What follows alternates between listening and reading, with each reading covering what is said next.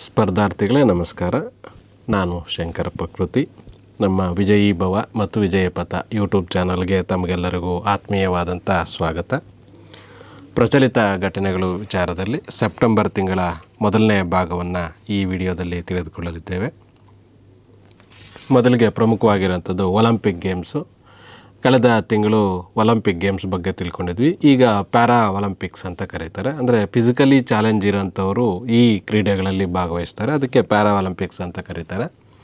ಎಲ್ಲಿ Olympic games ನಡೆಯುತ್ತೋ ಅಲ್ಲೇ para Olympics ನಡೆಯುತ್ತೆ. ಈಗ ಪ್ಯಾರಿಸಲ್ಲಿ ಏನು ಒಲಿಂಪಿಕ್ಸ್ ನಡೆಯುತ್ತೋ ಅದೇ ಪ್ಲೇಸಸ್ಸಲ್ಲಿ ಸೇಮ್ ಇದರಲ್ಲಿ ಪ್ರತಿ ಸರಿನೂ ಪ್ಯಾರಾ ಒಲಿಂಪಿಕ್ಸ್ ಅನ್ನೋಂಥದ್ದು ನಡೆಯುತ್ತೆ. ಇದು 17ನೇ ಆವೃತ್ತಿಯಾಗಿದೆ ಒಲಿಂಪಿಕ್ಸ್ನಲ್ಲಿ, ಪ್ಯಾರಾ ಒಲಿಂಪಿಕ್ಸಲ್ಲಿ. ಫ್ರಾನ್ಸ್ನ ರಾಜಧಾನಿ ಫ್ರಾನ್ಸು. ಅಲ್ಲಿ ಪ್ಲೇಸ್ ಡೆ ಲಾ ಕಾನ್ಕೋರ್ಡ್ನಲ್ಲಿ ಪ್ಯಾರಾ ಒಲಿಂಪಿಕ್ಸ್ ಅದು ಸ್ಟೇಡಿಯಂ ಅಲ್ಲಿ ನಡೀತದೆ. 17ನೇ ಆವೃತ್ತಿಯ ಕ್ರೀಡಾಕೂಟ ಇದು. ಆಗಸ್ಟ್ 28ರಂದು ಇದಕ್ಕೆ ಚಾಲನೆ ಸಿಕ್ಕಿತ್ತು.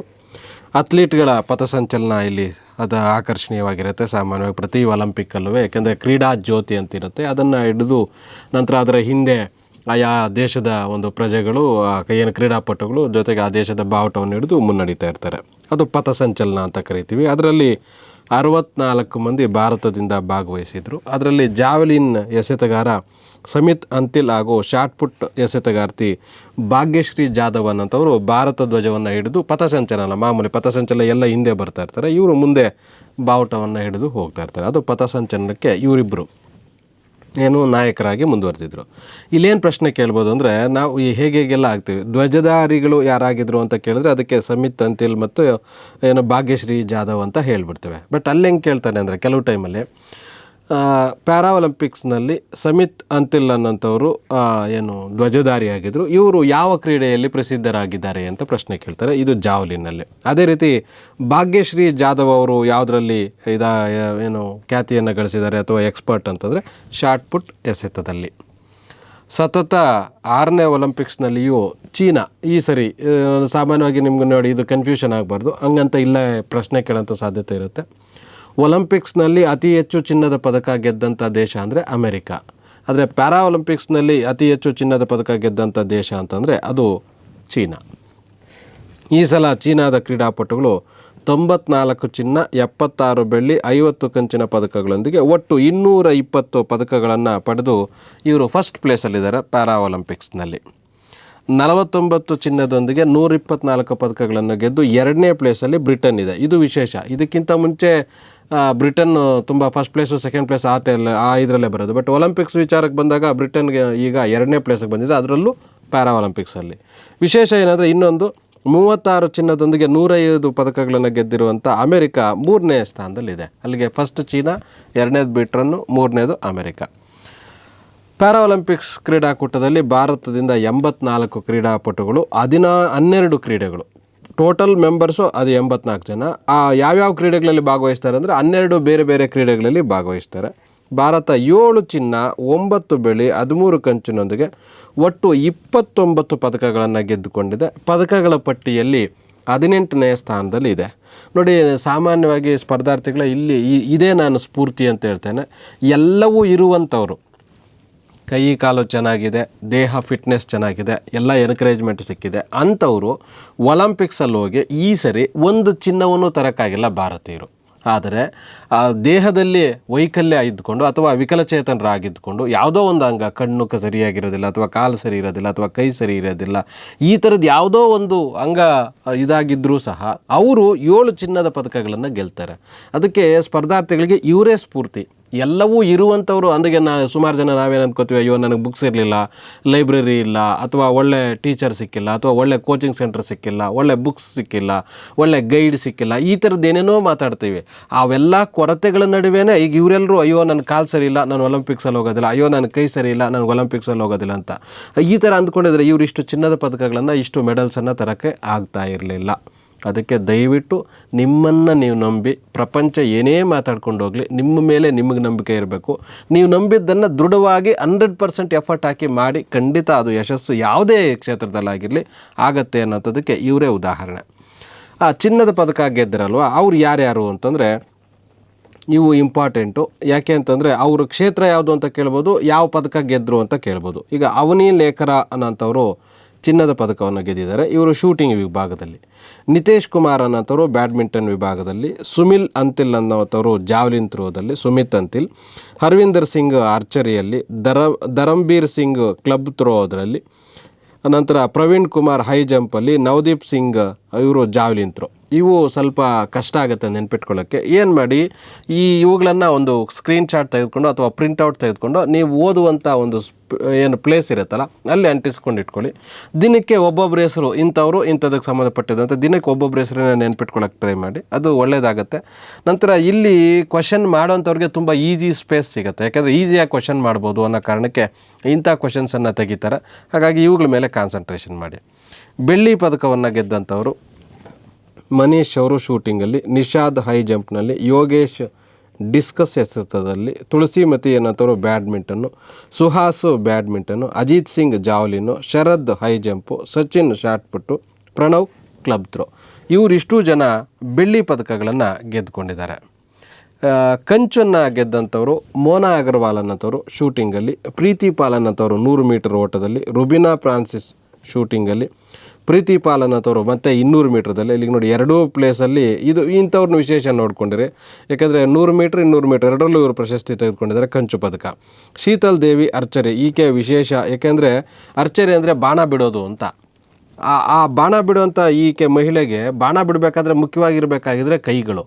ಆ ಕೈಗಳೇ ಇಲ್ಲದೆ, ಎರಡೂ ಕೈಗಳಿಲ್ಲ ಈಕೆಗೆ, ಆದರೂ ಸಹ ಬಾಣ ಬಿಟ್ಟು ಅದರಲ್ಲಿ ಒಲಿಂಪಿಕ್ಸ್ ತನಕ ಹೋಗ್ತಾಳೆ ಅಂದರೆ ಆಕೆ ಸಾಧನೆಯನ್ನು ಮೆಚ್ಚಲೇಬೇಕು. ಖಂಡಿತ ಒಂದ್ಸರಿ ಶೀತಲ್ ದೇವಿ ಅನ್ನೋಥವ್ರದ್ದು ಒಂದು ಯೂಟ್ಯೂಬಲ್ಲಿ ವಿಡಿಯೋ ಸಿಗುತ್ತೆ, ನೋಡಿ ಆಕೆ ಸಾಧನೆ. ಅದನ್ನು ನೋಡಿದ್ರೇ ನಮಗೆ ನಿಜವಾಗ್ಲೂ ಅಂಥವರೆಲ್ಲ ಏನೇನೋ ಮಾಡ್ತಾಯಿದ್ದಾರೆ, ನಾವ್ಯಾಕೆ ಮಾಡಬಾರ್ದು ಅಂತ ಅನಿಸುತ್ತೆ.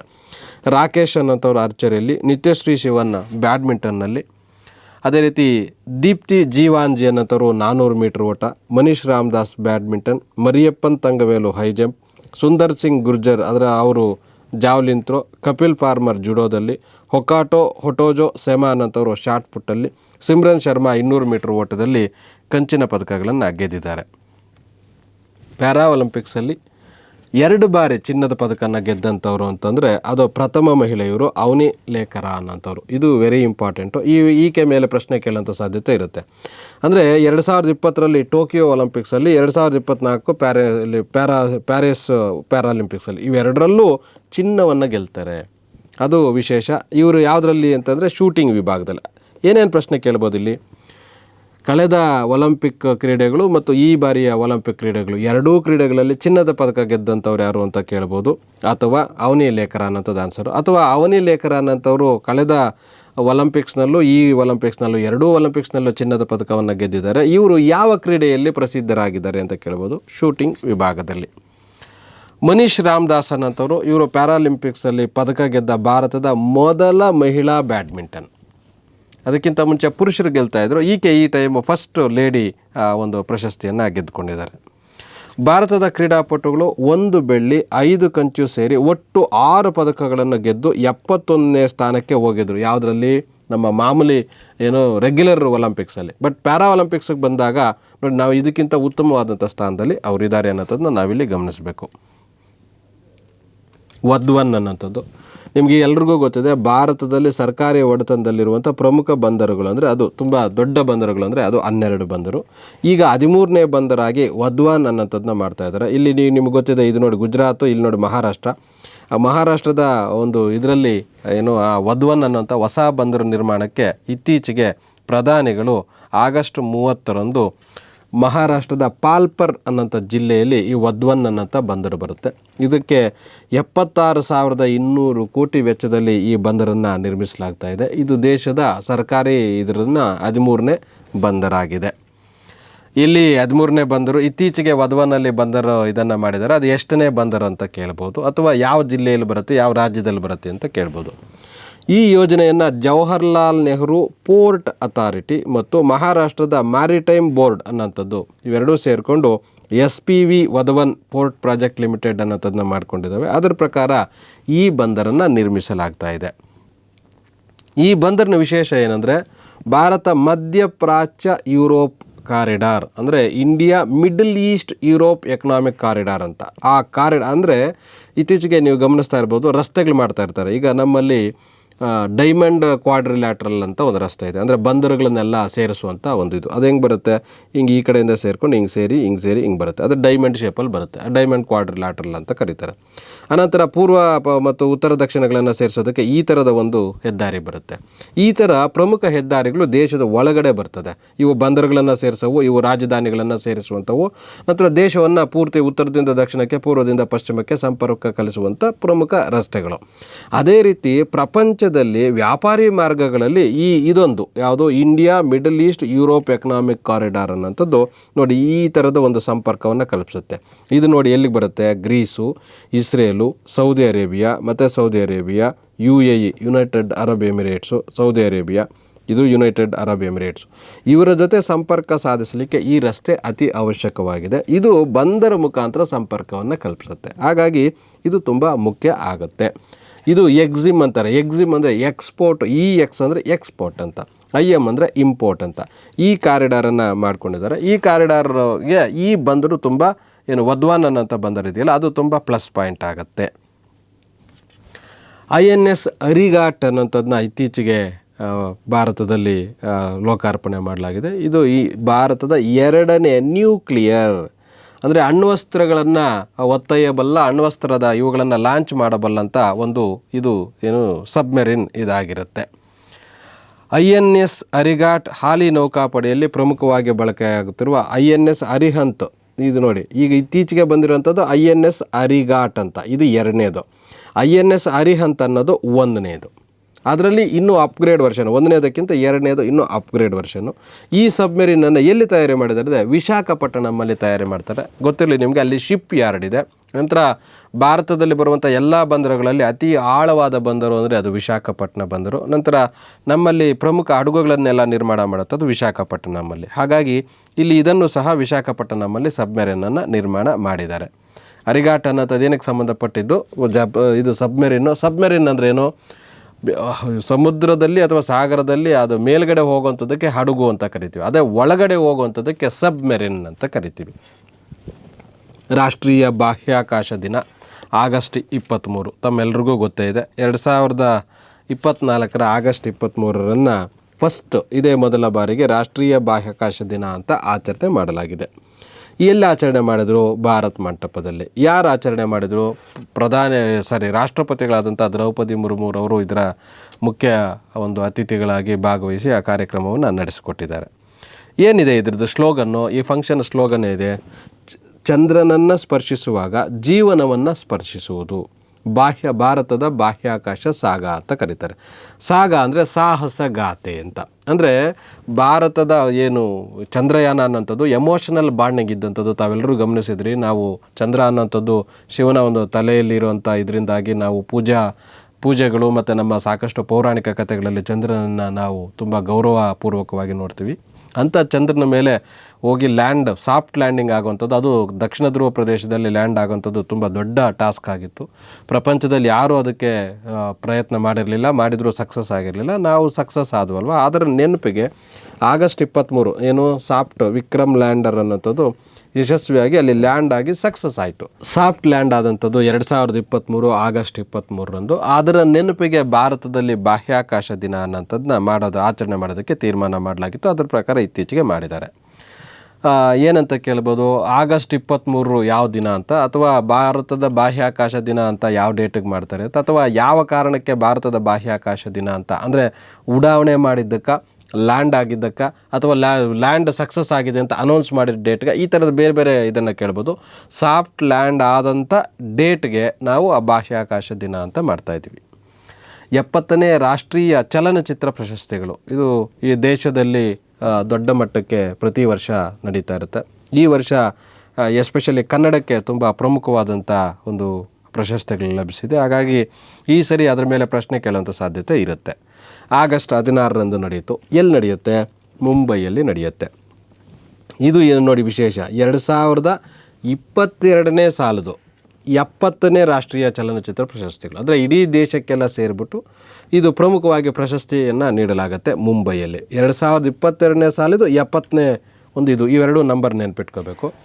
ಮಲಯಾಳಂ ಭಾಷೆಯ ಆಟಮ್ ಅನ್ನೋಂಥದ್ದು ಅತ್ಯುತ್ತಮ, ಇಡೀ ಭಾರತಕ್ಕೆಲ್ಲ ಅತ್ಯುತ್ತಮ ಚಲನಚಿತ್ರ ಅಂತ ಪ್ರಶಸ್ತಿಯನ್ನು ಪಡೆದಿದೆ. ಕನ್ನಡಿಗರು 7 ಪ್ರಶಸ್ತಿಗಳನ್ನು ಪಡೆದುಕೊಂಡಿದ್ದಾರೆ. ಈ ಸರಿ ಕನ್ನಡಕ್ಕೆ 7 ಪ್ರಶಸ್ತಿಗಳು ಸಿಕ್ಕಿದೆ ಪ್ರಮುಖವಾಗಿ. ಅದರಲ್ಲಿ ಅತ್ಯುತ್ತಮ ನಟ ಅಂದರೆ ರಿಷಬ್ ಶೆಟ್ಟಿ ಅವರು. ಯಾವ ಚಿತ್ರಕ್ಕೆ? ಕಾಂತಾರ ಚಿತ್ರಕ್ಕೆ. ಕನ್ನಡ ಚಿತ್ರರಂಗಕ್ಕೆ ಈ ವಿಭಾಗದಲ್ಲಿ ಲಭಿಸಿದ 4ನೇ ಪ್ರಶಸ್ತಿಯಾಗಿದೆ. ಅಂದರೆ ಬೆಸ್ಟ್ ಆಕ್ಟರ್ ಅಂತ ಇದುವರೆಗೆ ಸಿಕ್ಕಿರೋಂಥದ್ದು ಟೋಟಲ್ ಇಡೀ ಅದು ಏನು ಫಿಲ್ಮ್ಫೇರ್ ಅವಾರ್ಡ್ಸ್ ಸ್ಟಾರ್ಟ್ ಆದಾಗಿಂದ ಇಲ್ಲಿವರೆಗೆ ಸಿಕ್ಕಿರೋಂಥದ್ದು 4 ಜನಕ್ಕೆ. ಇದಕ್ಕಿಂತ ಮುಂಚೆ 3 ಜನಕ್ಕೆ ಸಿಕ್ಕಿತ್ತು. ಈಗ ರಿಷಬ್ ಶೆಟ್ಟಿ ಅವರು 4ನೇವರು ಅವ್ರಿಗೆ ಸಿಕ್ಕಿದೆ. ಇಲ್ಲಿ ರೆಗ್ಯುಲರ್ ಆಗಿ ಕೇಳಿದ್ರೆ ಏನು ಕೇಳ್ಬೋದು, ಈ ಬಾರಿ ಚಲನಚಿತ್ರೋತ್ಸವ ಇದರಲ್ಲಿ ಉತ್ತಮ ನಟ ಪ್ರಶಸ್ತಿ ಪಡೆದವ್ರು ಯಾರು ಅಂತ ಕೇಳಿದ್ರೆ ಅದು ರೆಗ್ಯುಲರ್ ರಿಷಬ್ ಶೆಟ್ಟಿ ಚೆನ್ನಾಗಿರ್ತೀವಿ. ಇತ್ತೀಚೆಗೆ ರಿಷಬ್ ಶೆಟ್ಟಿಯವರು ಕಾಂತಾರದ ಅಭೂತಪೂರ್ವ ಅಭಿನಯಕ್ಕಾಗಿ ಅವ್ರಿಗೆ ರಾಷ್ಟ್ರೀಯ ಚಲನಚಿತ್ರ ಪ್ರಶಸ್ತಿ ದೊರೆತಿದೆ.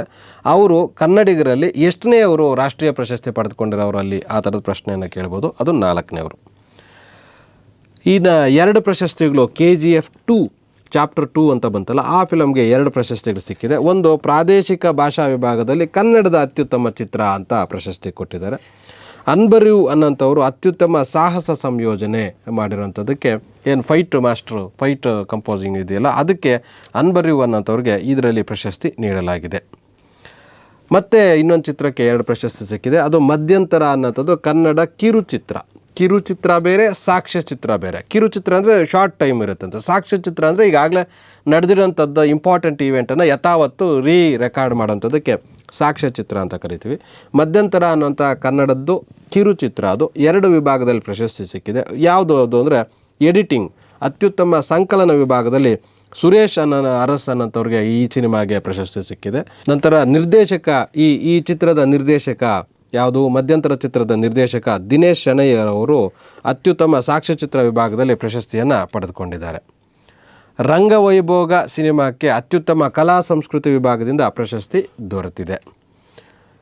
ಮಲಯಾಳಂನ ಇದು ಕೇಳುವಂಥ ಸಾಧ್ಯತೆ ಕಡಿಮೆ. UPSC KPSC ಆ ಲೆವೆಲಲ್ಲಿ ಕೇಳುವಂಥ ಸಾಧ್ಯತೆ ಇರುತ್ತೆ. ಮಲಯಾಳಂನ ಜಾಯ್ ಮೂವೀಸ್ ಪ್ರೊಡಕ್ಷನ್ ಅವರು LLP ಅನ್ನೋಂಥ ಒಂದು ಏನು ಸಂಸ್ಥೆ ಆಟಮ್ ಅನ್ನೋಂಥ ಒಂದು ಚಿತ್ರವನ್ನು ನಿರ್ಮಾಣ ಮಾಡಿದೆ. ಇದು ಅತ್ಯುತ್ತಮ ಚಲನಚಿತ್ರ ಇಡೀ ಭಾರತದಲ್ಲಿ. ಅದಕ್ಕೆ ಸ್ವರ್ಣ ಕಮಲ ಪ್ರಶಸ್ತಿಯನ್ನು ನೀಡಲಾಗಿದೆ. ಈ ಚಲನಚಿತ್ರಕ್ಕೆ 3 ಲಕ್ಷ ರೂಪಾಯಿಗಳ ನಗದು ಬಹುಮಾನ ನೀಡಲಾಗುತ್ತೆ. ಈ ಚಿತ್ರವನ್ನು ಆನಂದ್ ಯಕಾರ್ಷಿ ಅವರು ನಿರ್ದೇಶನ ಮಾಡಿದ್ದಾರೆ. ಇಲ್ಲೇನೇನು ಪ್ರಶ್ನೆಗಳನ್ನು ಕೇಳ್ಬೋದು. ಇತ್ತೀಚೆಗೆ ಆಟಮ್ ಅನ್ನೋಂಥ ಚಿತ್ರಕ್ಕೆ ಅತ್ಯುತ್ತಮ ಚಿತ್ರ ಅಂತ ಪ್ರಶಸ್ತಿ ಸಿಕ್ಕಿದೆ. ಇದು ಯಾವ ಭಾಷೆಯ ಚಿತ್ರ ಅಂತ ಕೇಳ್ಬೋದು. ಮಲಯಾಳಂ. ಯಾಕೆಂದರೆ ಆಟಮ್ ಅಂದರೆ ಸಾಮಾನ್ಯವಾಗಿ ನಾವು ತಮಿಳು ಭಾಷೆ ಅಂತ ಅಂದ್ಕೋತೀವಿ. ಇಲ್ಲ, ಇದು ಮಲಯಾಳಂ. ಮೋಹಿನಿ ಆಟ್ಟಂ ಅನ್ನೋಂಥದ್ದು ನೆನಪಿಟ್ಕೊಂಡ್ರೆ ನಿಮಗೆ ಮಲಯಾಳಂ ಮೀನ್ಸ್ ಕೇರಳ ನೆನಪಿರುತ್ತೆ ನಿಮಗೆ. ನಂತರ ಇತ್ತೀಚೆಗೆ ಮಲಯಾಳಂನ ಆಟ್ಟಂ ಅನ್ನೋಂಥ ಚಿತ್ರಕ್ಕೆ ಅತ್ಯುತ್ತಮ ಚಿತ್ರ ಪ್ರಶಸ್ತಿ ಸಿಕ್ಕಿದೆ. ಇದನ್ನು ಯಾರು ನಿರ್ದೇಶನ ಮಾಡಿದರು, ಅಥವಾ ಇದರ ಪ್ರೊಡ್ಯೂಸರ್ಸ್ ಯಾರು, ಅಥವಾ ಯಾವ ಸಂಸ್ಥೆ ಇದನ್ನು ನಿರ್ಮಾಣ ಮಾಡಿದೆ, ಆ ರೀತಿಯ ಪ್ರಶ್ನೆಗಳನ್ನು ಇಲ್ಲಿ ಕೇಳ್ಬೋದು. ಇಡೀ ದೇಶಕ್ಕೆಲ್ಲ ಸಂಬಂಧಪಟ್ಟಂತೆ ಅತ್ಯುತ್ತಮ ನಿರ್ದೇಶನ ಡೈರೆಕ್ಷನ್ ಯಾರು ಅಂದರೆ ಸೂರಜ್ ಆರ್ ಬರ್ಜಾತ್ಯ ಅನ್ನೋಂಥವ್ರಿಗೆ ಸಿಕ್ಕಿದೆ. ಅತ್ಯುತ್ತಮ ಬೆಸ್ಟ್ ಡೈರೆಕ್ಟರ್ ಅಂತ. ಅದು ಯಾವ ಸಿನಿಮಾ ಇದು ಮಾಡಿದ್ದಾರೆ ಅಂದರೆ ಹಿಂದಿ ಭಾಷೆಯ ಉಂಚಾಯ್ ಅನ್ನೋಂಥ ಸಿನಿಮಾವನ್ನು ಇವರು ಡೈರೆಕ್ಷನ್ ಮಾಡಿದ್ದಾರೆ. ಇವರಿಗೆ ಅತ್ಯುತ್ತಮ ನಿರ್ದೇಶನ ಪ್ರಶಸ್ತಿ ಸಿಕ್ಕಿದೆ. ಇಲ್ಲೇನು ಕೇಳ್ಬೋದು, ಅತ್ಯುತ್ತಮ ನಿರ್ದೇಶನ ಪ್ರಶಸ್ತಿ ಸಿಕ್ಕಿರುವಂಥ ಏನು ಸೂರಜ್ ಆರ್ ಬರ್ಜಾತ್ಯ ಅನ್ನೋಂಥವ್ರು ಯಾವ ಚಿತ್ರವನ್ನು ನಿರ್ದೇಶನ ಮಾಡಿದ್ದಾರೆ ಅಂತ, ಉಂಚಾಯ್ ಅಂತ. ಇಲ್ಲಿ ನೋಡಿ, ಉತ್ತಮ ಚಿತ್ರ ಅಂತ ಬೇರೆ ಆಗುತ್ತೆ, ಉತ್ತಮ ಡೈರೆಕ್ಟರ್ ಅಂತ ಬೇರೆ ಆಗ್ತಾರೆ, ಉತ್ತಮ ನಟ ಅಂತ ಬೇರೆ ಆಗ್ತಾರೆ, ಉತ್ತಮ ನಟಿ ಅಂತ ಬೇರೆ ಬೇರೆ ಆಗ್ತಾರೆ. ಅದು ನೆನ್ಪಿಟ್ಕೋಬೇಕು. ಉತ್ತಮ ನಟಿ ಪ್ರಶಸ್ತಿ ನಿತ್ಯಾ ಮೆನನ್ ಅಂತವ್ರಿಗೆ ನೀಡಲಾಗಿದೆ. ಇದು ತಿರು ಚಿತ್ರಂ ಬಲ್ಲಂ ಅನ್ನೋಂಥ ತಮಿಳು ಸಿನಿಮಾಗೆ ನೀಡಿರುವಂಥ ಪ್ರಶಸ್ತಿ ಆಗಿದೆ. ಅತ್ಯುತ್ತಮ ನಟ ರಿಷಬ್ ಶೆಟ್ಟಿ. ಅತ್ಯುತ್ತಮ ನಟಿ ನೋಡಿ, ಇನ್ನೊಂದು ವಿಶೇಷ ಏನಂದರೆ ಇವರಿಬ್ಬರು ಕನ್ನಡಿಗರು. ನಿತ್ಯಾ ಮೆನನ್ ಅನ್ನೋಂಥವ್ರು ಸಹ ಕರ್ನಾಟಕದವರು, ಅಪ್ಪಟ ಕನ್ನಡಿಗರು. ಹಾಗಾಗಿ ಈ ಸರಿ ನಾನು ಅದಕ್ಕೆ ಹೇಳಿದ್ದು ಈ ಏರಿಯಾದಲ್ಲಿ ಕ್ವಶನ್ಸ್ ಕೇಳ್ಬೋದು ಅಂತ. ಕನ್ನಡಿಗರಾದಂಥ ನಿತ್ಯಾ ಮೆನನ್, ಕನ್ನಡಿಗರಾದಂಥ ರಿಷಬ್ ಶೆಟ್ಟಿ ಏನು ಭಾರತದಲ್ಲೇ ಈ 2022ನೇ ಸಾಲಿನಲ್ಲಿ ಅತ್ಯುತ್ತಮ ನಟರ ಪ್ರಶಸ್ತಿಯನ್ನು ಪಡೆದುಕೊಂಡಿದ್ದಾರೆ, ನಟ ನಟಿಯ ಪ್ರಶಸ್ತಿ. ದ್ರೌಪದಿ ಮುರ್ಮುರವರು ತಿಮೂರ್ ಲೆಸ್ಟೆ ಅನ್ನೋಂಥ ಒಂದು ದೇಶಕ್ಕೆ ಭೇಟಿಯನ್ನು ಕೊಟ್ಟಿದ್ದಾರೆ. ಈ ದೇಶದ ಹೆಸರೇ ಕೇಳಿರಲಿಲ್ಲ ಸುಮಾರು ಜನ, ನನ್ನನ್ನು ಸೇರಿಕೊಂಡಂತೆ. ಇತ್ತೀಚೆಗೆ ನಾನು ಪ್ರತಿ ಸರಿ ಕರೆಂಟ್ ಅಫೇರ್ಸಲ್ಲಿ ಹೇಳ್ತಾ ಇದ್ದೀನಿ, ಭಾರತ ದೇಶ ಪ್ರಮುಖ ದೇಶಗಳನ್ನು ಬಿಟ್ಟು ಸಣ್ಣ ಪುಟ್ಟ ದೇಶಗಳನ್ನು ಈಗೇನಾಗುತ್ತೆ ಅಂದರೆ ಸಾಕಷ್ಟು ಇರುವೆಗಳೆಲ್ಲ ಸೇರಿಕೊಂಡು ಒಂದು ಹಾವನ್ನು ಹೇಗೆ ಕಚ್ಚಿ ಸಾಯಿಸ್ತವೆ ಅಂತ ಹೇಳ್ತಾರೆ, ಹಾಗೆ ಈಗ ಅಮೇರಿಕದ್ದು ಒಂದು ಅವ್ರದ್ದೇ ಆದಂಥ ಒಂದು ಬಲಿಷ್ಠ ಒಂದು ಟೀಮ್ ಇದೆ, ರಷ್ಯಾದ್ದು ಅವ್ರದ್ದೇ ಆದಂಥ ಬಲಿಷ್ಠ ಒಂದು ಟೀಮ್ ಇದೆ, ಚೀನಾದ್ದು ಅವ್ರದ್ದೇ ಆದಂಥ ಒಂದು ಬಲಿಷ್ಠ ಟೀಮ್ಗಳನ್ನು ಕಟ್ಕೊಂಡು ಆ ದೇಶಗಳು ವ್ಯಾಪಾರದಲ್ಲಿ, ಕೈಗಾರಿಕೆಗಳಲ್ಲಿ, GDPಯಲ್ಲಿ, ಡಾಲರು ಇವುಗಳಲ್ಲೆಲ್ಲದರಲ್ಲೂ ತುಂಬ ಮುಂಚೂಣಿಯಲ್ಲಿದ್ದಾವೆ. ಭಾರತ ನಾವು ಓದಬೇಕಾದಾಗಲೂ ನಮ್ಮ ಅಪ್ಪ ಅವ್ರ ಕಾಲದಿಂದ ಭಾರತ ಅಭಿವೃದ್ಧಿಶೀಲ ಇವತ್ತಿಗೂ ಅಭಿವೃದ್ಧಿಶೀಲ ಅಂತಲೇ ಕರಿತಾ ಇದ್ವಿ. ಯಾಕೆಂದರೆ ಆ ಬಲಿಷ್ಠರ ಜೊತೆ ಕಾಂಪೀಟ್ ಮಾಡಿ ನಾವು ಪ್ರಪಂಚ ಮಟ್ಟದಲ್ಲಿ ಗುರುತಿಸ್ಕೊಳ್ಳೋಕ್ಕಾಗ್ತಾ ಇಲ್ಲ. ನಂತರ ನಮ್ಮ ದೇಶದ ಪಾಪ್ಯುಲೇಷನ್ನು, ನಮ್ಮ ದೇಶದ ಎಜುಕೇಷನ್ನು, ನಮ್ಮ ದೇಶದ ರಾಜಕೀಯ ವ್ಯವಸ್ಥೆ ಇವೆಲ್ಲವೂ ಅದಕ್ಕೆ ತಮ್ಮದೇ ಆದಂಥ ಕೊಡುಗೆಯನ್ನು ನೀಡಿದ್ದಾವೆ ಭಾರತ ಹಿಂದುಳಿಲಿಕ್ಕೆ. ಅಥವಾ ಮುಂದುವರಿಬೇಕಾದ್ರೂ ಅವುಗಳದ್ದೇ ಕೊಡುಗೆ ಇದೆ, ಹಿಂದುಳಿಬೇಕಾದ್ರೂ ಅವುಗಳಲ್ಲೇ ಇರುವಂಥ ಡ್ರಾಬ್ಯಾಕ್ ಆಗಿದೆ. ಅದರಿಂದಾಗಿ ಇಲ್ಲೇನಾಗ್ತಾ ಇದೆ, ಭಾರತ ಈಗ ಆ ಪ್ರಮುಖ ದೇಶಗಳು ಇವುಗಳನ್ನು ಬಿಟ್ಬಿಟ್ಟು ಸಣ್ಣ ಪುಟ್ಟ ದೇಶಗಳನ್ನೆಲ್ಲ ತನ್ನ ತೆಕ್ಕೆಗೆ ಹಾಕ್ಕೊಳ್ತಾ ಇದೆ. ಅವ್ರ ಜೊತೆ ಸ್ನೇಹ ಸಂಬಂಧ ಬೆಳೆಸಿ, ಅವ್ರ ಜೊತೆ ವ್ಯಾಪಾರಿ ಸಂಪರ್ಕಗಳನ್ನು ಬೆಳೆಸಿ, ನಮ್ಮ ತಂತ್ರಜ್ಞಾನ ಇವುಗಳನ್ನು ಅವ್ರಿಗೆ ಮಾರಾಟ ಮಾಡಿ ಅವರಲ್ಲಿ ಸಿಗುವಂಥ ಕಚ್ಚಾ ಸಂಪನ್ಮೂಲಗಳನ್ನು ನಾವು ಪರ್ಚೇಸ್ ಮಾಡ್ಕೊಂಡು ಈ ರೀತಿ ಒಟ್ಟೊಟ್ಟಿಗೆ ಬೆಳೆಯುವಂಥ ಕೆಲಸವನ್ನು ಭಾರತ ಅದ್ಭುತವಾಗಿ ಮಾಡ್ತಾ ಇದೆ ಅಂತ ನನಗನ್ನಿಸ್ತಾ ಇದೆ. ಯಾಕೆಂದರೆ ಈಗ ಈ ದೇಶದ ಹೆಸರೇ ಕೇಳಿರಲಿಲ್ಲ. ಲಾಸ್ಟ್ ಟೈಮ್ ಸುರಿನಾಮ್ ಅನ್ನೋಂಥ ದೇಶದ ಬಗ್ಗೆ ಹೇಳಿದೆ, ಅದೇ ರೀತಿ ಇನ್ನೊಂದು ಸಣ್ಣ ದ್ವೀಪದ ಬಗ್ಗೆ ಹೇಳಿದ್ದೆ, ಅದಕ್ಕೂ ರಾಷ್ಟ್ರಪತಿಗಳು ಭೇಟಿ ಕೊಟ್ಟಿದ್ದರು. ಆಗಸ್ಟ್ 11ರಂದು ಆಗ್ನೇಯ ಏಷ್ಯಾದ ರಾಷ್ಟ್ರ ಅದು ತಿಮೋರ್ ಲೆಸ್ಟೆ ಅನ್ನೋಂಥದ್ದು, ಅಲ್ಲಿಗೆ ರಾಷ್ಟ್ರಪತಿಗಳು ಭೇಟಿ ನೀಡಿದರು. ಇದುವರೆಗೆ ಭಾರತದಲ್ಲಿ ಆ ದೇಶಕ್ಕೆ ಭೇಟಿ ಕೊಟ್ಟಂಥ ಮೊದಲ ರಾಷ್ಟ್ರಪತಿ ಅಂತಂದರೆ ಅದು ದ್ರೌಪದಿ ಮುರ್ಮು ಅವರು. ಆಗ್ನೇಯ ಏಷ್ಯಾ ರಾಷ್ಟ್ರ ತಿಮೋರ್ ಲೆಸ್ಟೆ, ಅಲ್ಲಿ ಅಧ್ಯಕ್ಷ ಯಾರು ಅಂತ, ಯಾಕೆಂದರೆ ಇವುಗಳನ್ನು ಪ್ರಶ್ನೆ ಕೇಳ್ಬೋದು. ಈಗ ರಾಷ್ಟ್ರಪತಿ ಹೋಗಿದ್ರು, ಅದು ಪ್ರಮುಖ ಇದು ಸಣ್ಣ ದೇಶ, ಅದೆಲ್ಲ ಓಕೆ. ಬಟ್ ಏನು ಕೇಳ್ಬೋದು ಅಂದರೆ, ಇತ್ತೀಚೆಗೆ ರಾಷ್ಟ್ರಪತಿ ದ್ರೌಪದಿ ಮುರ್ಮುರವರು ತಿಮೋರ್ ಲೆಸ್ಟೆ ಅನ್ನುವಂಥ ದೇಶಕ್ಕೆ ಭೇಟಿ ಕೊಟ್ಟಿದ್ದರು. ಆ ದೇಶದ ಅಧ್ಯಕ್ಷ ಯಾರು ಅಂತ, ಜೋಸ್ ರಮೋಸ್ ಹೋರ್ಟಾ ಅನ್ನೋಂಥವ್ರು ಆ ದೇಶದ ಅಧ್ಯಕ್ಷರು. ತಿಮೋರ್ನ ರಾಜಧಾನಿ, ಇತ್ತೀಚೆಗೆ ದ್ರೌಪದಿ ಮುರ್ಮುರವರು ತಿಮೋರ್ ಲೆಸ್ಟೆ ಅನ್ನೋಂಥ ದೇಶಕ್ಕೆ ಭೇಟಿ ಕೊಟ್ಟಿದ್ರು. ಆ ದೇಶದ ರಾಜಧಾನಿ ಯಾವುದು, ಡಿಲಿ ಅಂತ. ಅಲ್ಲಿ ಆ ದೇಶದ ಅತ್ಯುನ್ನತ ಪ್ರಶಸ್ತಿ, ಈಗ ನಮ್ಮ ದೇಶದ ಅತ್ಯುನ್ನತ ಪ್ರಶಸ್ತಿ ಅಂದರೆ ಭಾರತ ರತ್ನ, ಅದೇ ರೀತಿ ಈ ತಿಮೋರ್ ಲೆಸ್ಟೆ ದೇಶದ ಅತ್ಯುನ್ನತ ಪ್ರಶಸ್ತಿ ಅಂತಂದರೆ grand collar of the order of Timor Leste ಅನ್ನೋಂಥದ್ದು. ಆ ದೇಶದ ಪ್ರಶಸ್ತಿಯನ್ನು ದ್ರೌಪದಿ ಮುರ್ಮುರವ್ರಿಗೆ ನೀಡಿದ್ದಾರೆ. ಅಲ್ಲಿ ನೋಡಿದ ತಕ್ಷಣ ನಾವು ಅಲ್ಲಿಗೆ ನಿಲ್ಲಬಾರ್ದು, ಅದನ್ನು ವಿಷಯ ತಿಳ್ಕೊಂಡ ತಕ್ಷಣ ಅದೆಲ್ಲಿ ಬರುತ್ತೆ ಅನ್ನೋದು ನೋಡಬೇಕು. ನೋಡಿ ಇಲ್ಲಿ ಬರುತ್ತೆ, ಅದರಲ್ಲಿ ಇದನ್ನು ದೊಡ್ಡದಾಗಿ ಮಾಡೋದಾದರೆ ಝೂಮ್ ನೋಡಿ ಇಲ್ಲಿ ಬರುತ್ತೆ, ಇಂಡೋನೇಷ್ಯಾ ಪಕ್ಕದಲ್ಲಿ ಬರುತ್ತೆ. ಹೀಗೆ ನೋಡಿಕೊಂಡ್ರೆ ಬರೋದಿಲ್ಲ. ನೋಡಿ ಇವೆಲ್ಲ ದ್ವೀಪಗಳಿವು, ಇಂಡೋನೇಷ್ಯಾ, ಮಲೇಷ್ಯಾ, ಸಿಂಗಪುರ ದ್ವೀಪಗಳಿವು. ಆ ಇಂಡೋನೇಷ್ಯಾಗೆ ಅಟ್ಯಾಚ್ ಆಗಿ ಬರುವಂಥದ್ದೇ ಆ ದೇಶ. ನೋಡಿ ಡಿಲಿ ಅನ್ನೋಂಥದ್ದು ಇದರ ರಾಜಧಾನಿ. ಇದು ತಿಮೋರ್ ಲೆಸ್ಟೆ ಅನ್ನೋಂಥ ಒಂದು ದೇಶ. ರಾಷ್ಟ್ರಪತಿ ಇದು ಏನು ನಮ್ಮ ಆಸ್ಟ್ರೇಲಿಯಾದ ನೆತ್ತಿ ಮೇಲೆ ಬರುತ್ತದೆ ದೇಶ. ಪ್ರಧಾನಿಯವರು ಉಕ್ರೇನ್ ದೇಶಕ್ಕೆ ಭೇಟಿಯನ್ನು ಕೊಟ್ಟಿದ್ದರು. ಉಕ್ರೇನ್ ನಿಮ್ಗೆ ಗೊತ್ತಿದೆ, ರಷ್ಯಾ ಮತ್ತು ಉಕ್ರೇನ್ ನಡುವೆ ಯುದ್ಧ ನಡೀತಾ ಇದೆ. ಆಗಸ್ಟ್ 23ರಂದು ಅಲ್ಲಿಗೆ ಭೇಟಿ ಕೊಟ್ಟಿದ್ದರು. ಉಕ್ರೇನ್ನ ಅಧ್ಯಕ್ಷ ವೊಲೋಡಿಮಿರ್ ಜೆಲೆನ್ಸ್ಕಿ ಅಂತ, ಇದು ಚೆನ್ನಾಗಿ ನೆನಪಿರಬೇಕು. ಇತ್ತೀಚೆಗೆ ಪ್ರಧಾನಿಯವರು ಉಕ್ರೇನ್ಗೆ ಭೇಟಿ ನೀಡಿದರು. ಆ ದೇಶದ ಪ್ರಧಾನಿ ವೊಲೋಡಿಮಿರ್ ಜೆಲೆನ್ಸ್ಕಿ ಅನ್ನೋಂಥವ್ರು ಸ್ವಾಗತ ಮಾಡಿದರು ಅಂತ ಬರುತ್ತೆ. ಇಲ್ಲಿ ಪ್ರಧಾನಿ ಅಲ್ಲ, ಅಧ್ಯಕ್ಷ. ಅದು ಆ ಪದಗಳು ನೆನಪಿರ್ಬೇಕು ನಿಮಗೆ, ಪ್ರಧಾನಿನ ಅಧ್ಯಕ್ಷನ ಅನ್ನೋಂಥದ್ದು, ಅದು ವೆರಿ ಇಂಪಾರ್ಟೆಂಟು. ಇವರು ಅಧ್ಯಕ್ಷ ಆಗಿದ್ದಾರೆ. 1991ರಲ್ಲಿ ಉಕ್ರೇನ್ ಸ್ವತಂತ್ರ ಪಡೆದುಕೊಳ್ಳುತ್ತೆ. ಅನಂತರ ಭಾರತದ ಅದು ಸ್ವತಂತ್ರ ಪಡ್ಕೊಂಡಾಗಿದ್ದ ಇದುವರೆಗೆ ಆ ದೇಶಕ್ಕೆ ಭೇಟಿ ಕೊಡ್ತಾ ಇರೋಂಥ ಮೊದಲನೇವರು ಅಂದರೆ ಅದು ಪ್ರಧಾನಿಯಾಗಿದ್ದಾರೆ. ನಾನು ಆಗಲೇ ಹೇಳಿದೆ, ಈ ಥರ ಸಣ್ಣ ದೇಶಗಳನ್ನೆಲ್ಲ ನಾವು ಜೋಡಿಸ್ಕೊಳ್ತಾ ಇದ್ದೀವಿ, ಭೇಟಿ ಕೊಡ್ತಾ ಇದ್ದೀವಿ ಅಂತ. ಉಕ್ರೇನ್ನ ರಾಜಧಾನಿ ಕೀವ್, ಇದನ್ನು ಪ್ರಶ್ನೆ ಕೇಳ್ಬೋದು. ಏನಂತ, ಇತ್ತೀಚೆಗೆ ಪ್ರಧಾನಿಯವರು ಉಕ್ರೇನ್ಗೆ ಭೇಟಿ ಕೊಟ್ಟಿದ್ದರು. ಆ ಉಕ್ರೇನ್ನ ರಾಜಧಾನಿ ಯಾವುದು ಅಂತ 4 ಮಹತ್ವದ ಒಪ್ಪಂದಗಳಿಗೆ ಸಹಿ ಹಾಕಿದ್ದಾರೆ. ಅವು ಏನೇನು ಅಂದರೆ, ಭಾರತ ಹೆಲ್ತ್ ಇನಿಷಿಯೇಟಿವ್ ಫಾರ್ ಸಹಯೋಗ್, ಹಿತ ಅನ್ನೋಂಥ ಇನ್ನೊಂದು ಚೆನ್ನಾಗಿ ನೆನ್ಪಿಟ್ಕೋಬೇಕು ನೀವು, ಹಿತ ಮತ್ತು ಮೈತ್ರಿ ಅನ್ನೋಂಥದ್ದು. ಭಾರತ್ ಹೆಲ್ತ್ ಇನಿಷಿಯೇಟಿವ್ ಫಾರ್ ಸಹಯೋಗ್, ಹಿತ ಮತ್ತು ಮೈತ್ರಿ ಅನ್ನೋಂಥದ್ದು, ಈ ಎರಡೂ ಇವುಗಳನ್ನು ಇದಕ್ಕೆ ನೀಡಿ ಬಂದಿದ್ದಾರೆ. ಯಾರು, ನಮ್ಮ ಪ್ರಧಾನಿಯವರು. ಏನದು ಅಂದರೆ, ದುರ್ಗಮ ಸ್ಥಳದಲ್ಲಿ ಏರ್ ಡ್ರಾಪ್ ಅಂದರೆ ಗಾಳಿಯಿಂದ ಎಸೆಯಬಹುದಾದಂಥ ಒಂದು ಕಿಟ್. ಇದು ಹಿತ ಮತ್ತು ಮೈತ್ರಿ ಅನ್ನೋಂಥದ್ದು ಒಂದು ಕಿಟ್ಟು. ಇದು ಒಂದು ಕ್ಯೂಬ್ನಲ್ಲಿ 200 ಜನರಿಗೆ ಚಿಕಿತ್ಸೆ ಕೊಡುವ ಸಾಮರ್ಥ್ಯ ಹೊಂದಿದ್ದು ಸಣ್ಣ ಪ್ರಮಾಣದ ಶಸ್ತ್ರಚಿಕಿತ್ಸೆಯನ್ನು ಮಾಡೋದಕ್ಕಾಗುತ್ತೆ. ಇದು ಸಿಂಪಲ್ ಆಗಿ ಹೇಳ್ಕೊಳ್ಳೋದು, ಹಿತ ಮೈತ್ರಿ ಅನ್ನೋದು ಒಂದು ಪ್ಯಾಕೇಜ್ ಕಿಟ್, ಅದು ಒಂದು ಬಾಕ್ಸ್, ಅದು ಒಂದು ಟೆಂಟ್ ಅಂತ ಕರಿತೀವಲ್ಲ, ಆ ಥರದ ಟೆಂಟ್ ಒಳಗಡೆ ಇರುವಂಥ ಎಲ್ಲ ಮೆಟೀರಿಯಲ್ಲು ಏನಕ್ಕೆ, ಶಸ್ತ್ರಚಿಕಿತ್ಸೆ ಮತ್ತು ಸಣ್ಣ ಶಸ್ತ್ರಚಿಕಿತ್ಸೆ ಮತ್ತು ಚಿಕಿತ್ಸೆ ಮಾಡೋದಕ್ಕೆ ಬೇಕಾದಂಥ ಎಲ್ಲ ಸಾಮಗ್ರಿಗಳನ್ನು ಒಳಗೊಂಡಿರುವಂಥ ಕಿಟ್ಟು. ಎಷ್ಟು ಜನಕ್ಕಾಗುವಷ್ಟು ಇದನ್ನು ಒಳಗೊಂಡಿರುತ್ತದೆ, 200 ಜನಕ್ಕೆ. ಅದನ್ನು ಕ್ಯೂಬ್ ರೀತಿಯಲ್ಲಿ ಮಾಡಲಾಗಿರುತ್ತೆ. ಸ್ವಂತವಾಗಿ ಅದು ವಿದ್ಯುತ್ತನ್ನು ತಯಾರಿ ಮಾಡ್ಕೊಳ್ಳುತ್ತೆ, ಆಕ್ಸಿಜನ್ನು ತಯಾರಿ ಮಾಡ್ಕೊಳ್ಳುತ್ತೆ. ಆ ಥರದ ಒಂದು ಫೆಸಿಲಿಟಿ ಆ ಕ್ಯೂಬಲ್ಲಿ ಇದೆ. ಕ್ಯೂಬ್ನ ತೂಕ ಬರೀ 20 kg. 200 ಜನಕ್ಕಾಗುವಷ್ಟು ಸೌಲಭ್ಯವನ್ನು ಕೊಡಬಹುದಾದಂಥ, ಸಣ್ಣ ಶಸ್ತ್ರಚಿಕಿತ್ಸೆ ಮಾಡಬಹುದಾದಂಥ, ಸ್ವಂತ ವಿದ್ಯುತ್ ತಯಾರಿಸುವ, ಸ್ವಂತ ಆಕ್ಸಿಜನ್ ತಯಾರಿಸುವ, ಇಷ್ಟೂ 20 kg ಒಂದು ಕಿಟ್ ಒಳಗಡೆ ಬರುತ್ತೆ. ಏನಕ್ಕೆ ಬೇಕು ಈ ಕಿಟ್ಟು ಅಂದರೆ, ಭಾರತದಲ್ಲಿ ಈ ಕಿಟ್ಟನ್ನು ತಯಾರಿ ಮಾಡಲಾಗಿದೆ. ಈಗ ಅದನ್ನು ಉಕ್ರೇನ್ಗೆ ಕೊಡಲಾಗಿದೆ ಆ ಕಿಟ್ಟನ್ನು. ಯಾಕೆ ಆ ಕಿಟ್ಟನ್ನು ಕೊಡ್ತಾ ಇದ್ದಾರೆ ಅಂತಂದರೆ, ಈಗ ಉಕ್ರೇನ್ನಲ್ಲಿ ಯುದ್ಧ ನಡೀತಾ ಇದೆ. ಯುದ್ಧ ನಡೀತಾ ಇರೋಂಥ ಪ್ರದೇಶದಲ್ಲಿ ಯುದ್ಧದಲ್ಲಿ ಗಾಯಗೊಂಡಂಥ ಸೈನಿಕರನ್ನು ಅಲ್ಲಿಗೆ ಫ್ಲೈಟ್ ಹೋಗಿ ಆ ಫ್ಲೈಟ್ ತಗೊಬಂದು ನಂತರ ಟ್ರೀಟ್ಮೆಂಟ್ ಆಸ್ಪತ್ರೆಗೆ ಸೇರಿಸಿ ಅಲ್ಲಿ ಟ್ರೀಟ್ಮೆಂಟ್ ಕೊಡೋಷ್ಟೊತ್ತಿಗೆ ಲಾಂಗ್ ಟೈಮ್ ತಗೊಳುತ್ತೆ. ಅದಕ್ಕೆ ಆ ಥರ ಆಗಬಾರ್ದು ಅಂದರೆ, ಎಲ್ಲಿ ಯುದ್ಧ ನಡೀತಾ ಇರುತ್ತೋ, ಎಲ್ಲಿ ಗಾಯಾಳಾಗಿರ್ತಾರೋ ಅಲ್ಲೇ ಈ ಕ್ಯೂಬ್ ಅಥವಾ ಈ ಕಿಟ್ಟನ್ನು ತೆಗೆದುಕೊಂಡೋಗಿ ಅಲ್ಲಿ ಗಾಳಿಯಿಂದ ಭೂಮಿಗೆ ಹಾಕಿದರೆ ಅದು ಆ ಭೂಮಿ ಮೇಲೆ ಬಿದ್ದ ತಕ್ಷಣ ಅದು ಓಪನ್ ಆಗುತ್ತೆ. ಓಪನ್ ಆದಮೇಲೆ ಅದರಲ್ಲೇ ಟ್ರೀಟ್ಮೆಂಟ್ ಕೊಡೋಂಥ ಒಂದು ವ್ಯವಸ್ಥೆ ಇರುತ್ತೆ. ಅದಕ್ಕೆ ಗಾಯಾಳುಗಳನ್ನು ಈಸಿಯಾಗಿ ರಕ್ಷಣೆ ಮಾಡ್ಬೋದು. ಅದಕ್ಕೆ ಅಂದರೆ ಯಾವ ಟೈಮ್ಗೆ ಯಾವ್ದು ಕೊಡಬೇಕು ಅಂತ, ಈಗ ಆಸ್ಪತ್ರೆಗೆ ಹೋದಂಥ ಸಂದರ್ಭದಲ್ಲಿ ಹೂಗಳನ್ನು ಕೊಡೋದಕ್ಕಿಂತ ಹಣ್ಣುಗಳನ್ನು ಕೊಡೋದು ವೆರಿ ಇಂಪಾರ್ಟೆಂಟ್ ಆಗುತ್ತೆ. ಹಾಗೆ ನಾವಿಲ್ಲಿ ರೆಗ್ಯುಲರಾಗಿ ಹೋಗಿ ಅವ್ರಿಗೇನೋ ಒಂದು ಗಿಫ್ಟ್ ಕೊಡೋಂಥದ್ದು, ಆ ದೇಶದವ್ರು ನಮಗೇನೋ ಗಿಫ್ಟ್ ಕೊಡೋಂಥದ್ದಲ್ಲ. ಯಾವ ಸಂದರ್ಭದಲ್ಲಿ ಏನು ಕೊಡ್ತಾ ಇದ್ದೀವಿ ಅನ್ನೋದು ಇಂಪಾರ್ಟೆಂಟ್ ಆಗುತ್ತೆ. ಈ ಥರ ಓದ್ಕೊಂಡಾಗ, ಈ ಥರದ ಕನೆಕ್ಟಿವಿಟಿ ಇದ್ದಾಗ, ಈ ಥರ ಅನಾಲಿಸಿಸ್ ಇದ್ದಾಗ ನಮ್ಮ ಮೆಮೊರಿ ಪವರ್ ಜಾಸ್ತಿ ಆಗುತ್ತೆ, ಲಾಜಿಕಲ್ ಥಿಂಕಿಂಗ್ ಜಾಸ್ತಿ ಆಗುತ್ತೆ. ಎಕ್ಸಾಮಲ್ಲಿ ಇವಾಗ ನೋಡ್ತಾ ಇದ್ದಾರೆ ನೀವು, ಒಂದೊಂದು ಪೇಜಿಗೆ ಕೊಡ್ತಾ ಇದ್ದಾರೆ ಒಂದೊಂದು ಆಪ್ಷನ್ನು, ಒಂದೊಂದು ಪೇಜ್ ತುಂಬ ಕ್ವಶನ್ ಬರ್ತಾ ಇದೆ. ಅಂಥ ಸಂದರ್ಭದಲ್ಲಿ ಜಡ್ಜ್ ಮಾಡೋದಕ್ಕೆ ಕಷ್ಟ ಆಗುತ್ತೆ. ಈ ಥರ ಓದ್ಕೊಳ್ತಾ ಇದ್ದರೆ, ನಾನಾದರೆ ಇದೇ ಥರ ಓದ್ಕೊಳ್ತೇನೆ. ಯಾಕೆ ಕೊಟ್ಟರು ಅದನ್ನೇ ಕಿಟ್ಟನ್ನು ಅಂತಂದರೆ, ಈಗ ಅವ್ರಿಗೆ ಅವಶ್ಯಕತೆ ಇದೆ, ಅದು ಕೊಟ್ಟರೆ ತುಂಬ ನೀಡ್ಫುಲ್, ಹೆಲ್ಪ್ಫುಲ್ ಆಗುತ್ತೆ. ಹಂಗಾಗಿ ಅದನ್ನು ಕೊಟ್ಟಿದ್ದಾರೆ. ಅದನ್ನು ನೋಡಬೇಕು ಅಂತ ಅನಿಸಲ್ವಾ? ಸುಮಾರು ಜನ ಅದನ್ನ ಓದ್ಕೊಂಡ್ಬಿಟ್ಟು ಹಾಗೆ ಮುಂದೆ ಕೊಟ್ಟು ಹೋಗ್ತೀವಿ. ಬಟ್ ನನಗೆ ಅದು ನೋಡಬೇಕು ಹೆಂಗಿತ್ತು ಕಿಟ್ಟು ಅಂತ. ನೋಡಿ ಈ ಥರ ಇರುತ್ತೆ. ಇದು ಏರ್ ಡ್ರಾಪ್ ಅಂತ. ನೋಡಿ ಈ ಥರ ಗಾಳಿಯಿಂದ ಅದನ್ನು ಭೂಮಿಗೆ ಎಸಿತಾರೆ. ಎಸೆದಾದ್ಮೇಲೆ ಈ ಥರ ಓಪನ್ ಆಗುತ್ತೆ. ನೋಡಿ ಇಲ್ಲಿ ಇದು ಗಾಳಿಯಲ್ಲಿರೋದು, ಇದನ್ನ ಎಸೆದಿರೋದು, ಇದು ಗಾಳಿಯಲ್ಲಿ ಬಂದು ನೋಡಿ ಹಿಂಗೆ ಲ್ಯಾಂಡ್ ಆಗಿರುತ್ತೆ.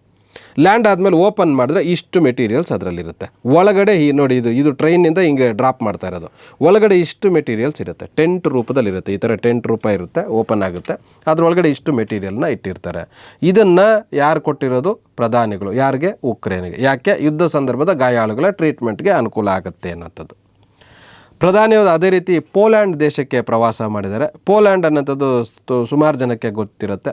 2ನೇ ಮಹಾಯುದ್ಧ ನಡೀಬೇಕಾದಾಗ ಹಿಟ್ಲರ್ ಅನ್ನೋಂಥವನು ಈ ಪೋಲ್ಯಾಂಡ್ ದೇಶವನ್ನು ಆಕ್ರಮಣ ಮಾಡ್ತಾನೆ. ಅದನ್ನು ಬಿಡಿಸೋದಕ್ಕೋಸ್ಕರ ಇಂಗ್ಲೆಂಡು ಜರ್ಮನಿ ಮೇಲೆ ಯುದ್ಧ ಮಾಡುತ್ತೆ. ಹಾಗಾಗಿ 2ನೇ ವರ್ಲ್ಡ್ ವಾರ್ ಸ್ಟಾರ್ಟ್ ಆಗುತ್ತೆ ಅಂತ ತಮ್ಮೆಲ್ಲರಿಗೂ ಗೊತ್ತಿದೆ.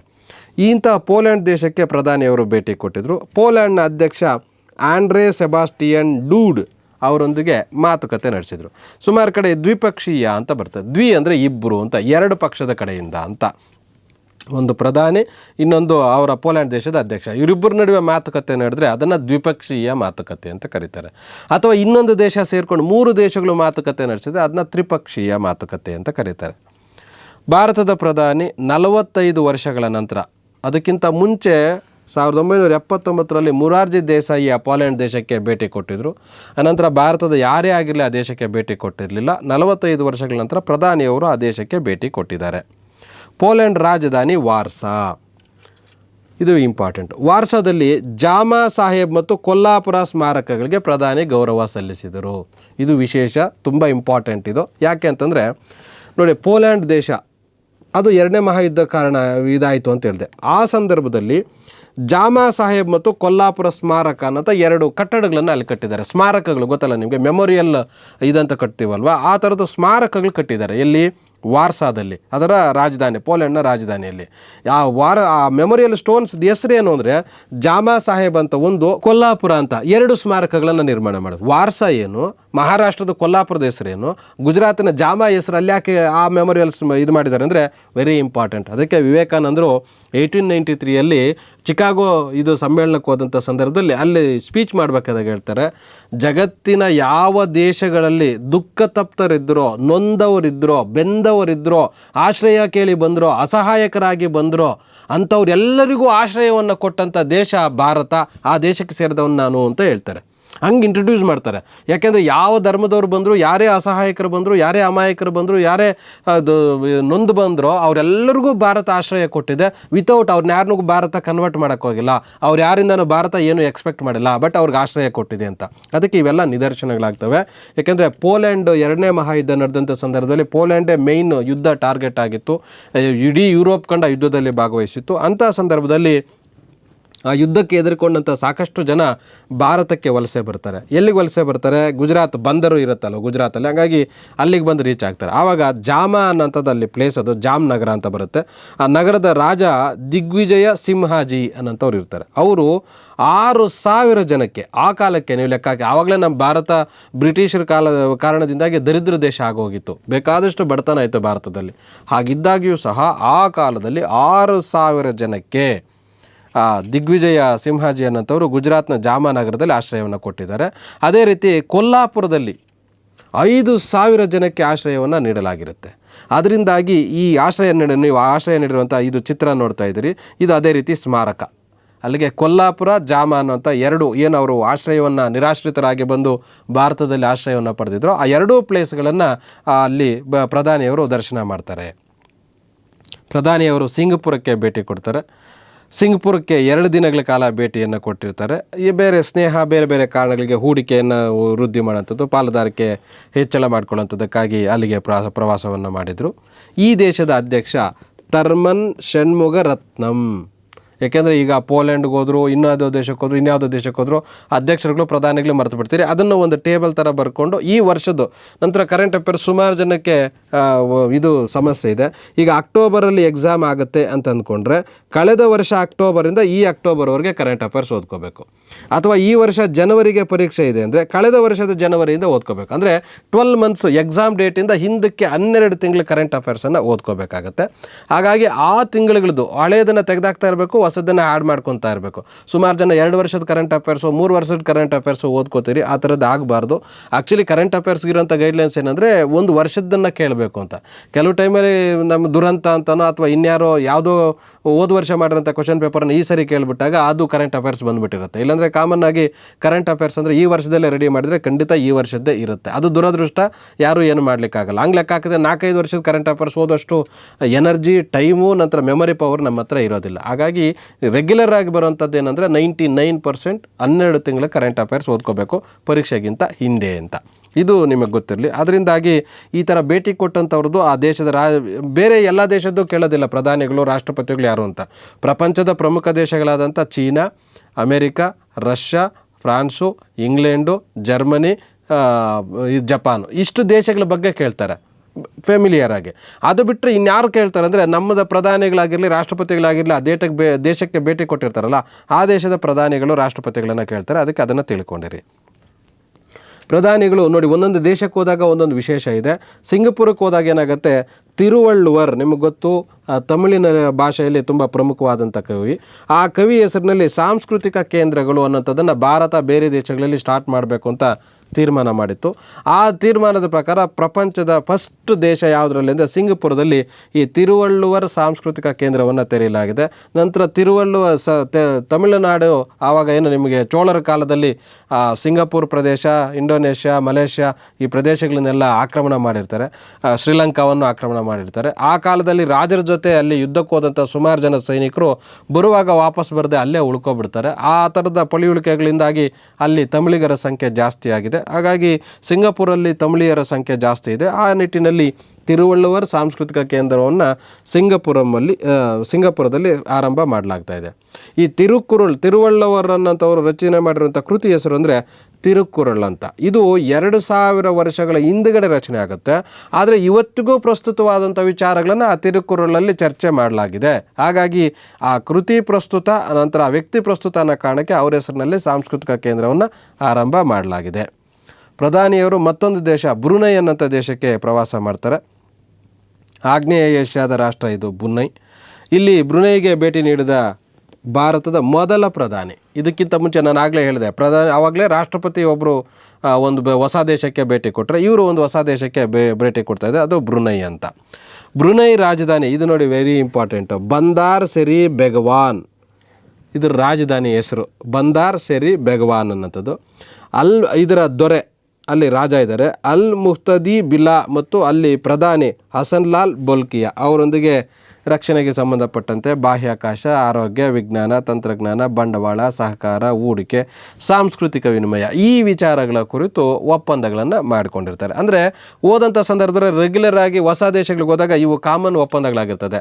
ತಂತ್ರಜ್ಞಾನಕ್ಕೆ ಸಂಬಂಧಪಟ್ಟಂತೆ ಆ ದೇಶಗಳು ಬಡ ದೇಶಗಳಾಗಿದ್ದರೆ ನಾವು ತಂತ್ರಜ್ಞಾನ ಕೊಡ್ತೀವಿ, ಅದ್ರ ಮುಖಾಂತರ ನಮ್ಮದು ಮಾರ್ಕೆಟಿಂಗ್ ಆಗುತ್ತೆ, ಲಾಭ ಬರುತ್ತೆ ನಮಗೆ. ಅಥವಾ ಆ ದೇಶದಲ್ಲಿ ಒಳ್ಳೆ ತಂತ್ರಜ್ಞಾನ ಇದ್ದರೆ ಅದು ನಾವು ತಗೋಬೋದು. ಆ ಥರ ಮೊದಲಿಗೆ ತಂತ್ರಜ್ಞಾನ, ಅನಂತರ ಬರುವಂಥದ್ದೇನು ಆರೋಗ್ಯಕ್ಕೆ ಸಂಬಂಧಪಟ್ಟಂತೆ. ಯಾಕೆಂದರೆ ಯಾವ್ಯಾವ ದೇಶದಲ್ಲಿ ಯಾವ್ಯಾವ ಆರೋಗ್ಯಕ್ಕೆ ಟ್ಯಾಬ್ಲೆಟ್ ಸಿಗುತ್ತೆ, ಇದು ಸಿಗುತ್ತೆ ಅಂತ ಗೊತ್ತಿಲ್ಲ. ಅದಕ್ಕೆ ಆರೋಗ್ಯಕ್ಕೆ ಸಂಬಂಧಪಟ್ಟಂಥ ವಿಚಾರಗಳಿಗೆ ಮೆಡಿಸಿನ್ನು ನಿಮಗಿಲ್ಲ ಅಂದರೆ ನಾವು ಕೊಡ್ತೀವಿ, ನಮಗಿಲ್ಲ ಅಂದರೆ ನೀವು ಕೊಡಿ, ಈ ಥರದ್ದು ಬಂಡವಾಳ ಹೂಡಿಕೆಯನ್ನು ಮಾಡುವಂಥದ್ದು. ಈ ಥರ ಬೇರೆ ಬೇರೆ ವಿಚಾರಗಳು ಸಾಮಾನ್ಯವಾಗಿ ವಿನಿಮಯ ಆಗುತ್ತೆ.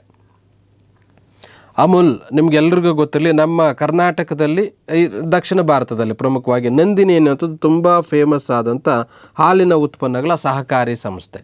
ಇದು ಕರ್ನಾಟಕದಲ್ಲಿ ಫೇಮಸ್ಸು, ಆದರೆ ಇಡೀ ಭಾರತದಾದ್ಯಂತ ಫೇಮಸ್ ಆದಂಥ ಒಂದು ಹಾಲಿನ ಉತ್ಪನ್ನಗಳು ಇದು ಯಾವುದು ಅಂದರೆ ಅದು ಅಮೂಲ್ ಅಂತ. ಇದು ಗುಜರಾತ್ಗೆ ಸೇರಿದಂಥ ಒಂದು ಇದು ಸಹಕಾರ ಸಂಸ್ಥೆ ಆಗಿದೆ.